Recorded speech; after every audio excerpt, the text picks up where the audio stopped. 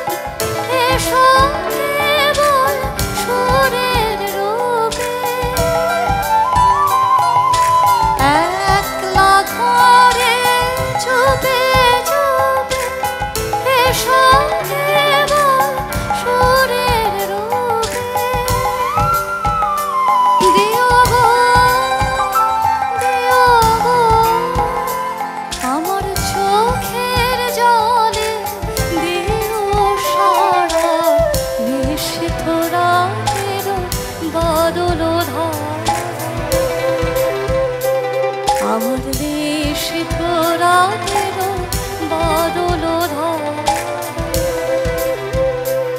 এসো হে গোপনে আমার সকল লোকে দিশাহারা নিশীথ রাতের বাদল ধারা আমার নিশীথ রাতের বাদল ধারা।